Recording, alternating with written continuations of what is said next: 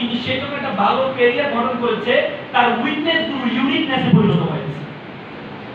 আজকে যদি তোমরা এখানে অনেকে তোমাদের অনেক উইকনেস আছে, এই উইকনেস গুলোকে তোমরা যদি ইউনিকনেসে পরিণত করতে পারো, সে প্লে বয়ের মতো, সে ছেলেটার মতো তোমাদেরকে ভালো ভালো ছেলেরা এসে তোমাকে নিয়ে যাবে শুধুমাত্র তোমার যোগ্যতার কারণে।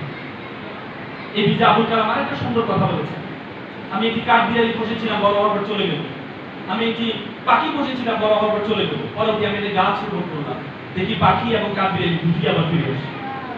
তোমরা ক্যারিয়ারে সে গাছ রোপণ করো। তোমরা আজকে ভাবতে পারো, তোমরা যদি চিন্তা করো, তোমরা যে এমন দেশে বসবাস করছো যে দেশে তোমরা যে সংখ্যালঘু, তুমি যদি যোগ্যতা অর্জন করো, তোমার সংখ্যালঘু যে তুমি যে উইকনেস আছে সেটা ইউনিকনেসে পরিণত হবে। সেটির জ্বলন্ত উদাহরণ হচ্ছে এপিজে আব্দুল কালাম। তিনি মুসলিম ঘরে জন্মগ্রহণ করেছেন না? রামেশ্বর সেতু বন্দর আমি গিয়েছিলাম, এখানে দক্ষিণ ভারতে চেন্নাইতে এমন একটা গ্রামে বসবাস করে বড় হয়েছে। তিনি তার উইকনেস, তিনি একজন মুসলমান, উইকনেসকে ইউনিকনেসে পরিণত করেছেন। আজকে ওনার ফলাফল কি? ওনাকে সম্মানজনক রাষ্ট্রপতি বানানো হয়েছে। ওনার মতো রাষ্ট্রপতি, এত জননন্দিত রাষ্ট্রপতি আর ভারতের ইতিহাসে আর কেউ আসবে না।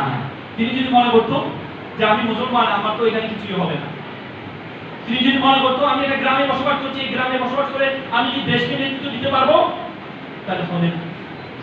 তুমি আজকে কোথায় আছো?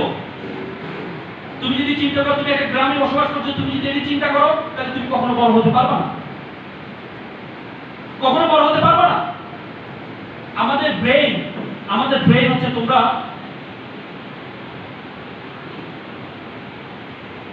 আমেরিকা একজন লেখক ক্যাশ মেশিন ওইটা লিখেছেন কোচ কানসন, তিনি একটা কথা বলেছেন। তিনি বলেছেন আমাদের ব্রেন হচ্ছে আমাদের সবচেয়ে বাধ্যগত সার্ভেন্ট। আমাদের ব্রেন হচ্ছে আমাদের সবচেয়ে বাধ্যগত সার্ভেন্ট।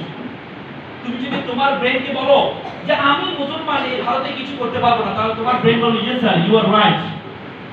তুমি যদি বলো আমি একটা গ্রামে বসবাস করছি, 24 পরগনা বসিরহাটের একটা গ্রামে বসবাস করছি, আমি কি ভারতে কি নেতৃত্ব দিতে পারবো, তোমার ব্রেন বলবে ইয়েস স্যার। তুমি যদি বলো তুমি পারবা, তোমার ব্রেন বলবে ইয়েস স্যার, ইউ ক্যান। তুমি যদি আই ক্যান, তোমার ব্রেন বলবে ইয়েস স্যার, ইউ ক্যান।